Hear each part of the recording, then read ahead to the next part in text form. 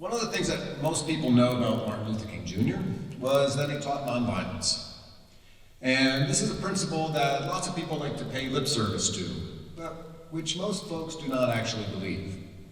Sure, we say things like, violence is never the answer, but the vast majority of us believe that sometimes it is.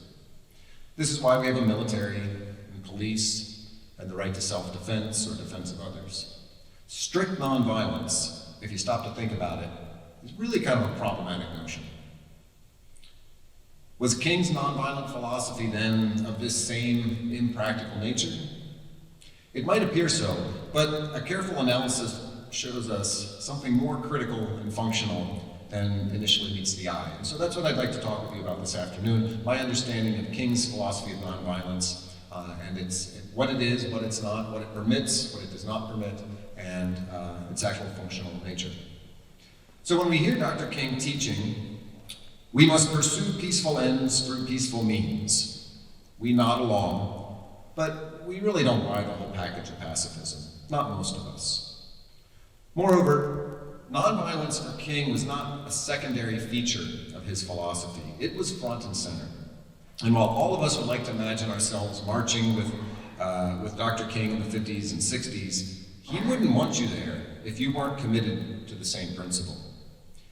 He told the people who wanted to march with him, I'm asking everybody in line, if you can't be nonviolent, don't get in here. If you can't accept blows without retaliating, don't get in line. And if foregoing your legal right to self-defense meant that you might be beaten, or worse, you just took it. He continued, I say to you this afternoon that I would rather die on the highways of Alabama than make a butchery of my conscience. King placed a radical emphasis on nonviolence, and this was not some pleasant, starry-eyed sentiment. The ultimate weakness of violence is that it is a descending spiral, begetting the very thing it seeks to destroy. Instead of diminishing evil, it multiplies it. Through violence you may murder the liar, but you cannot murder the lie, nor establish the truth. Through violence you may murder the hater, but you do not murder hate. In fact, violence merely increases hate.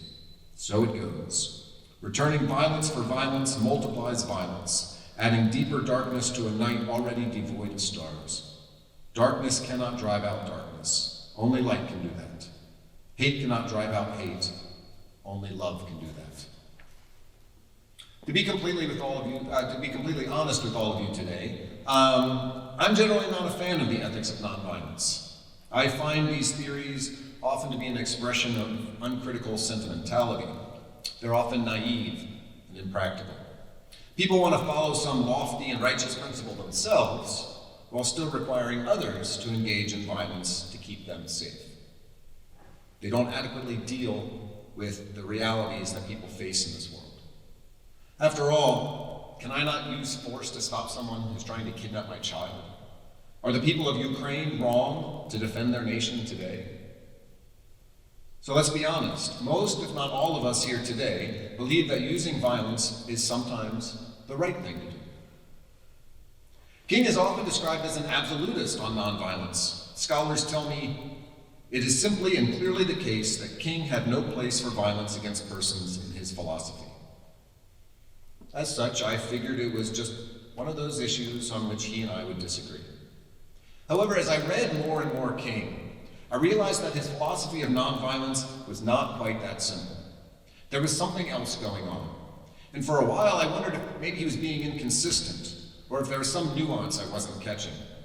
And trying to make sense of what I read, I found myself struggling with certain questions. Did he really condemn all violence? Was he making exceptions for self-defense? Would he have condemned the Jews, for example, who staged the Warsaw Ghetto uprising against the Nazis? And I spent a lot of time thinking and reading, trying to unpack what his nonviolent philosophy actually was. The good news is, I think I have it largely figured out, and that is what I'd like to share with you today. I've been trying to place King within ethical theories that are more common to Western society. I had been looking at him through the lenses of deontology, utilitarianism, and divine command. However, King's philosophy of nonviolence doesn't fit those molds very well. There's too much of Eastern thought, specifically Gandhi, in his moral philosophy. What is more interesting to me, however, is that he actually develops what I believe is a more functional ethic of nonviolence as he brings Eastern and Western thought together. I should make clear, however, that there are still times when I read his words and they leave me a bit confused. So I am open to critique and correction as I try to make sense of what I believe was King's functional ethic of nonviolence. In order to understand King, we need to begin with a brief history of Christianity and its various ethical theories regarding violence. We start, of course, with Jesus of Nazareth. While many people are of the opinion that Jesus taught an ethic of nonviolence, that's not quite right. Jesus was a Jew, and that came with a history of warfare and the death penalty, all condoned by God. He did tell his disciples to turn the other cheek when slapped.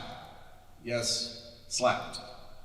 At the same time, those 12 men were carrying short swords with them, presumably for self-defense, with his knowledge, and Jesus never told them not to. To be certain, Jesus had his own mission, which needed to be carried out non-violently. And this is very important to understand Dr. King. In the completion of his own work and ministry, Jesus insisted that it be carried out without any resort to violence. But an absolute ethic of nonviolence? No, that's simply not found in the teachings of Jesus. The early church is similarly stereotyped. There was tremendous theological and ethical diversity among the followers of Jesus in those first few centuries. Some, like Tertullian and Origen and Clement of Alexandria, insisted that Christians should not serve in the military, while there were many other Christians who rejected that view and did just that. Often the objection to military service was a rejection of the world in general, not a teaching of pacifism. Clement of Alexandria, for example, believed in nonviolence as a moral principle, but as part of a more nuanced ethic. For Clement, the ideal is a world in which there is no war, no violence. However, given our fallen world, serving honorably in the military is an option that can be pursued without risk to one's own soul. There are those who strive to live by the ideal, and there are others who may live according to a more modest moral standard. When Emperor Constantine converted to Christianity in the 4th century, and the empire became nominally Christian, things changed pretty radically. An empire cannot be nonviolent. It must enforce its laws and protect its citizens. And so there developed an ethic of justified violence. St. Augustine was the first to speak of a just war, as he insisted, among true worshippers of God, those wars are looked on as peacemaking, which are waged neither from aggrandizement nor cruelty, but with the object of securing peace or repressing the evil and supporting the good. Thomas Aquinas, in the 13th century, developed a much more systematic approach to just wars, providing us with the 3 essential ethical requirements for a nation to go to war. Number 1, it must be declared by a proper authority. Number 2, there must be a just cause. And number 3, the war must be undertaken with good intention. And these rules have undergone further specification in the 8 centuries since, along with some other requirements that have been proposed alongside them. But we find in St. Thomas the framework for when it is acceptable to use military force against another nation. Now, here we're speaking about the context of nation against nation. What about civilian self-defense? Can I use violence against someone trying to harm or kill me?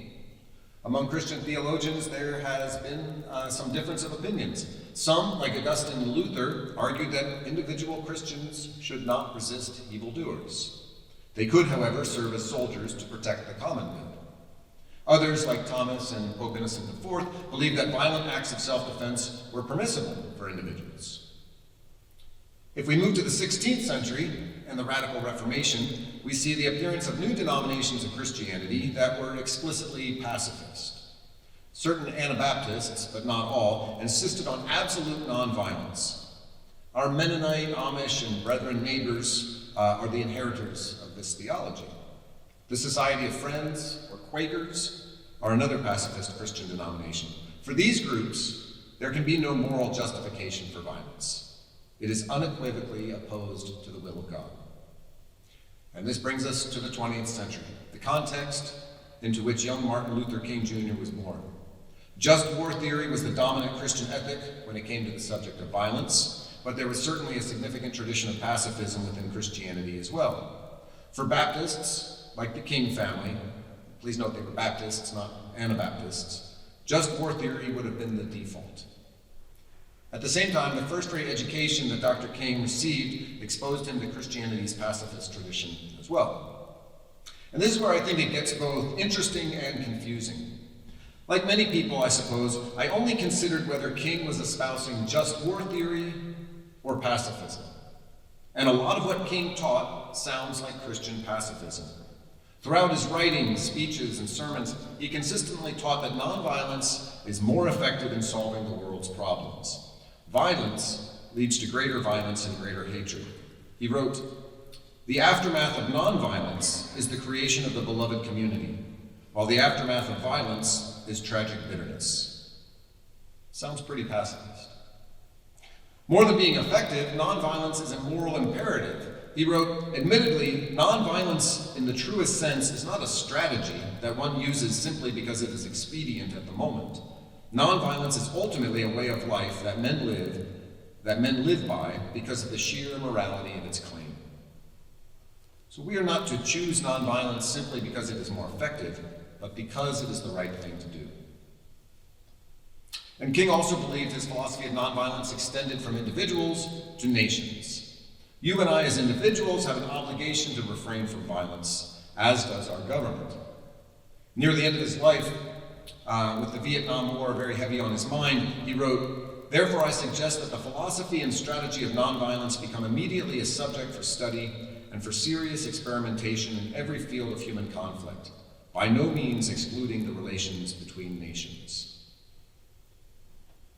Despite all this evidence for King being a Christian pacifist, I wasn't sure. It's not that I was afraid to disagree with him, not being a pacifist myself. I'll tell you right now that there are plenty of places where I disagree with King. I think he was just wrong on some things. But I had a sense that there was something more nuanced, functional, and practical in his nonviolent philosophy. I just couldn't put my finger on it. The first thing I noticed was that almost all of his discussions of nonviolence, his imperatives to remain peaceful, these were taking place in the context of civil rights protests. In a 1956 sermon in Montgomery, Alabama, he told his congregation, "Always avoid violence. If you succumb to the temptation of using violence in your struggle, unborn generations will be the recipients of a long and desolate night of bitterness, and your chief legacy to the future will be an endless reign of meaningless chaos." On the one hand, he uses the word always, but it's also clear that he's talking about their struggle in the civil rights movement. So context matters, and I realized that his insistence on nonviolence and protests was completely in line with just war theory. Citizens in the street do not have the proper authority to take the law into their own hands and execute punishment on their fellow citizens. Proper authority is the first requirement of a just war. Any just war theorist worth his or her salt will also insist that protests must be nonviolent. And there's also the just war requirement of right intention. King often taught that hatred is the root of violence. In his famous "I Have a Dream" speech, he thundered, "In the process of gaining our rightful place, we must not be guilty of wrongful deeds. Let us not seek to satisfy our thirst for freedom by drinking from the cup of bitterness and hatred. We must forever conduct our struggle on the high plane of dignity and discipline. We must not allow our creative protest to degenerate into physical violence." Violence springing from bitterness and hatred is not morally permissible. And again, this is in keeping with just war theory. So for a while I wondered if King was actually a closet just war theorist. And as a just war theorist myself, I kind of liked that idea. And there were further discoveries that reinforced that suspicion. For such a strong proponent of nonviolence, I was surprised that he recognized the right to use violence in self-defense. In laying out his nonviolent philosophy, he made it clear, the principle of self-defense, even involving weapons and bloodshed, has never been condemned, even by Gandhi, who sanctioned it for those unable to master pure nonviolence. King recognized the essential difference in context between defending oneself and one's family on the one hand, and political demonstration on the other. He explained, "As we have seen, the first public expression of disenchantment with nonviolence arose around the question of self-defense. In a sense, this is a false issue, for the right to defend one's home and one's person when attacked has been guaranteed through the ages by common law. In a nonviolent demonstration, however, self-defense must be approached from another perspective. Likewise, we equip the police to carry out violence for the sake of the community's well-being, and rightfully so. King tells us, I believe firmly in nonviolence, but at the same time, I'm not an anarchist. I believe in the intelligent use of police force. Permitting the use of firearms by the police and civilians to protect our communities in accordance with the law, that sounded to me a lot like just war theory, not pacifism. And from there, we need to consider what he had to say about war. And here's where it gets tricky, and I will confess that this is the point where I have the most trouble putting everything together. Now, growing up after World War II, as King did, to deny the moral value of fighting against the Nazis would be a pretty rare position to adopt. And indeed, you won't find him objecting to our involvement in that cause. And he certainly never condemned Abraham Lincoln as Commander-in-Chief of the Union Army, or George Washington for that matter. But at the same time, he spoke out against war with great passion and in no uncertain terms. One reason for this was that he was living during the Cold War, when escalation to the point of mutual nuclear annihilation was a very present possibility. Who cares if it's a just war if we're all dead? He wrote, wisdom born of experience should tell us that war is obsolete.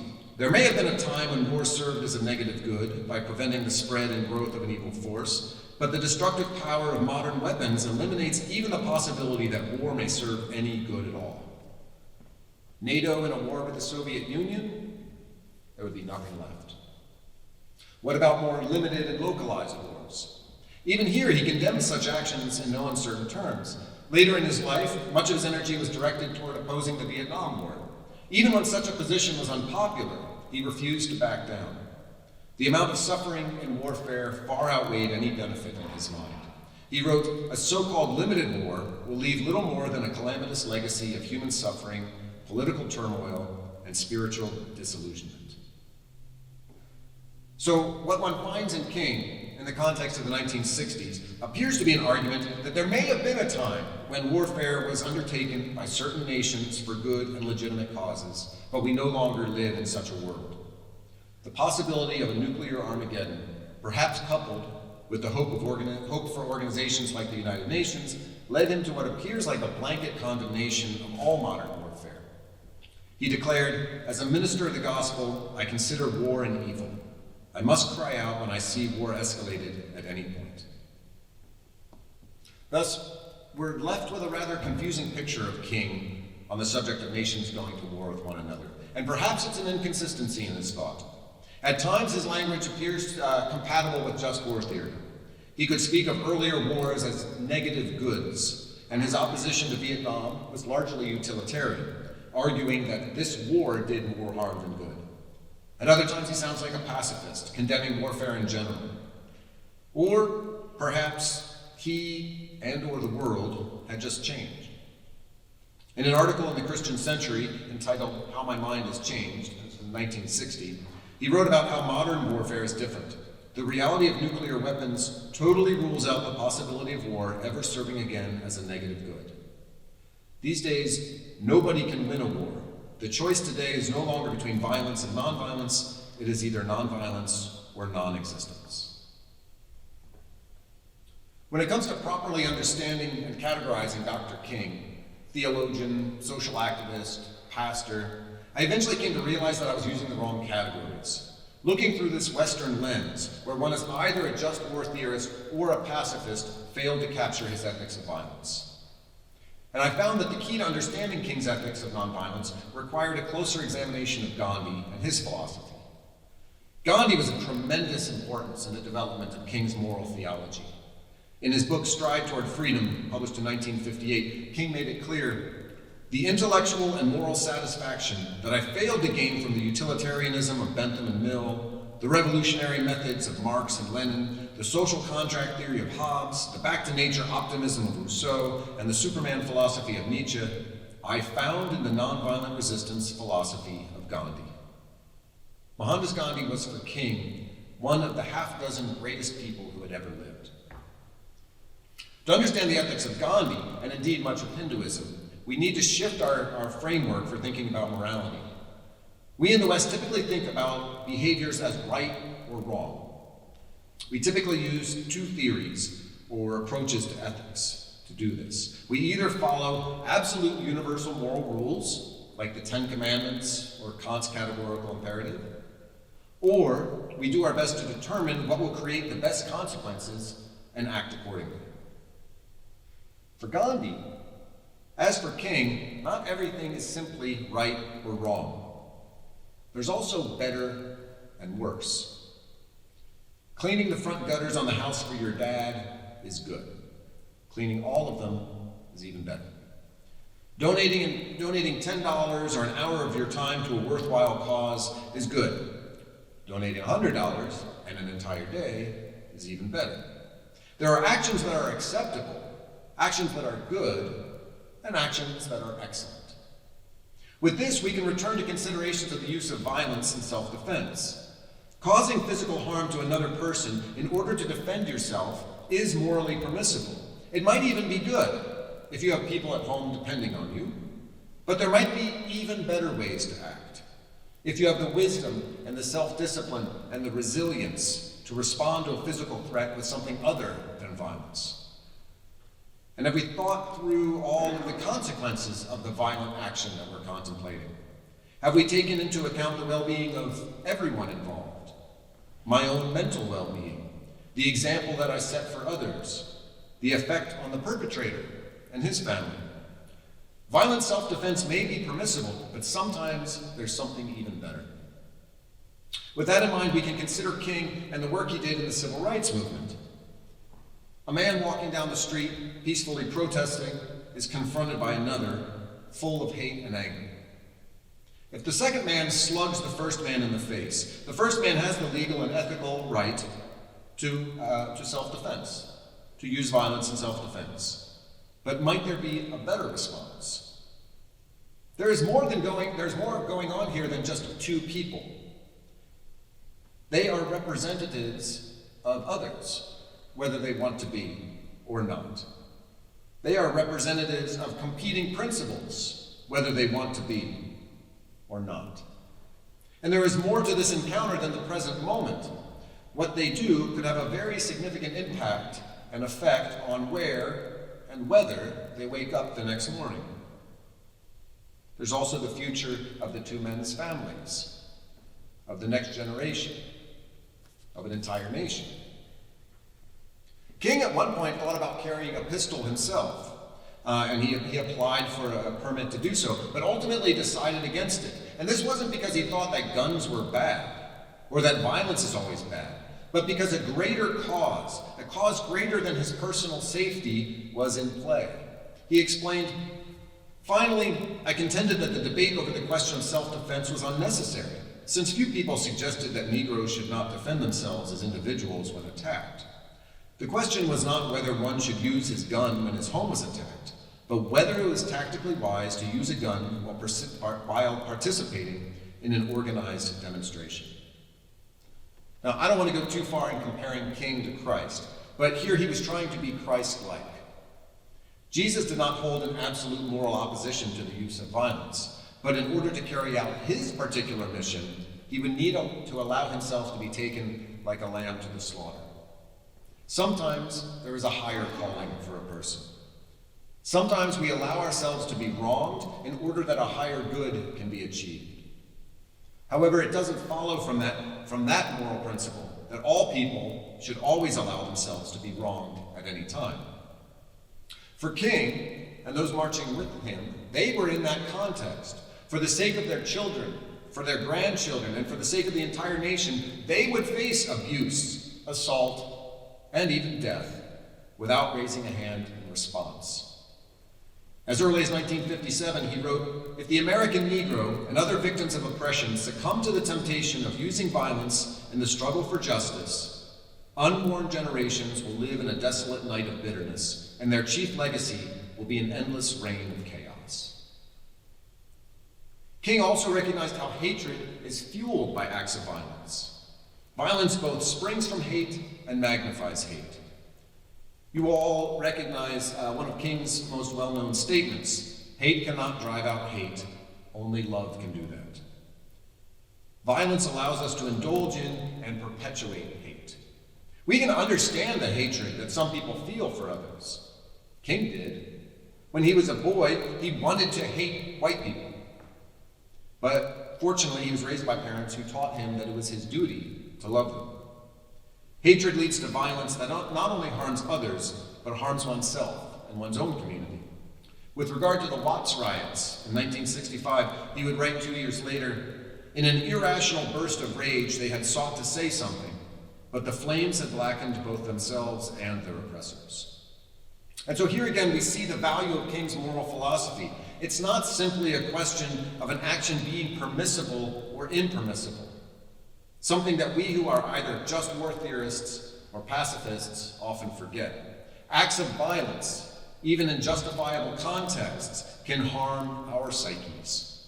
Acting in a way that brings more hatred into the world is not the ideal. In the same way, training and disciplining yourself to respond to violence peaceably, even when one has the ability and justification to strike back, this strengthens our character and fortifies our souls. For the hardcore utilitarians who still aren't convinced, King would repeatedly point out that his method of nonviolence led to far fewer deaths than its violent alternatives. After all, he pointed out that fewer people have been killed in 10 years of action across the South than were killed in 3 nights of rioting in Watts. Nonviolence is effective, it is virtuous, and it is essential for progress.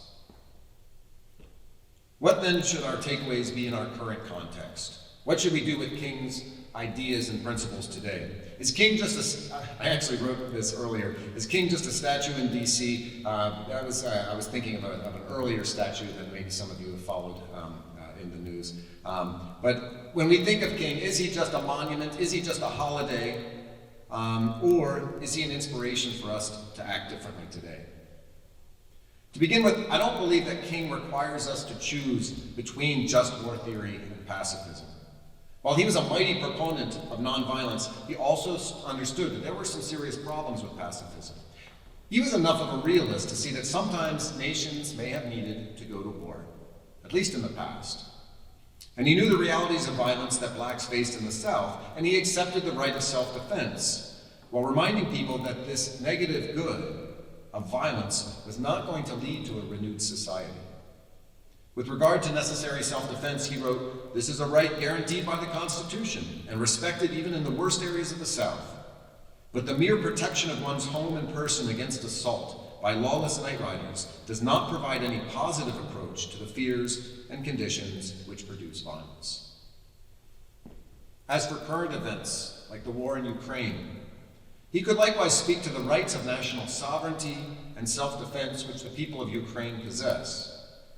I think at the same time, his fear of nuclear annihilation, right, which was very much on his mind at that time, I think if he were with us today considering this issue, I think that would reemerge as he is analyzing that. If you're looking at the context of the war in Ukraine, there is this fear that people have of escalating to the point of nuclear annihilation or the use of nuclear weapons, and I think he would have been very wary of that. Domestically, King would not be satisfied with protests that are mostly peaceful. In the 1950s and 60s, the nation expressed itself with the same variety of public responses that we've seen in the past few years here. It was not enough, however, just to make sure that you yourself were not acting violently. It was not enough that your group was nonviolent.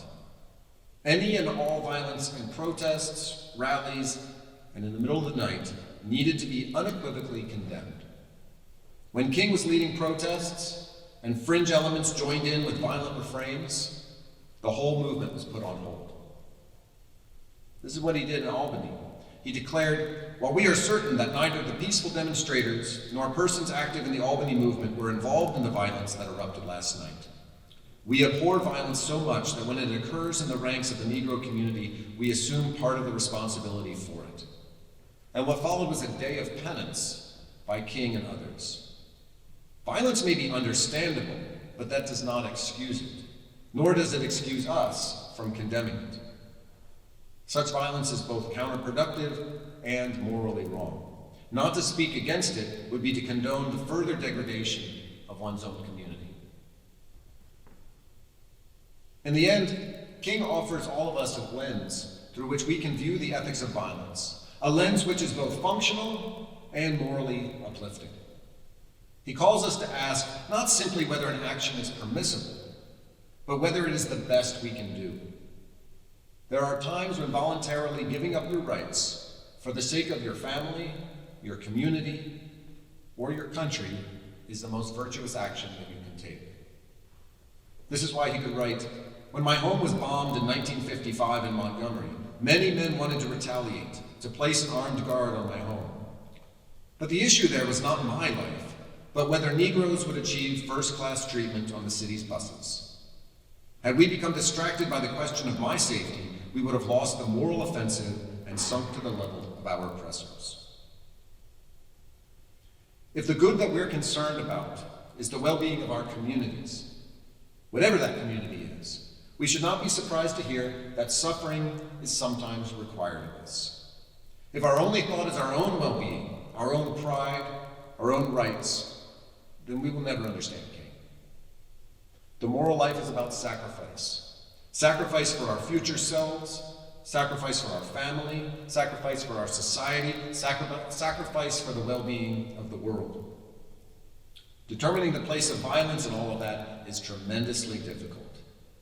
It is not reducible to a yes or no. But we look to the example of King, the inspiration of his words and his life, and these may not give us all the answers, but the underlying virtue in them challenges us with great concern for the cultivation of ourselves and the well-being of others. And in the end, such an example compels us towards a less violent world. Thank you.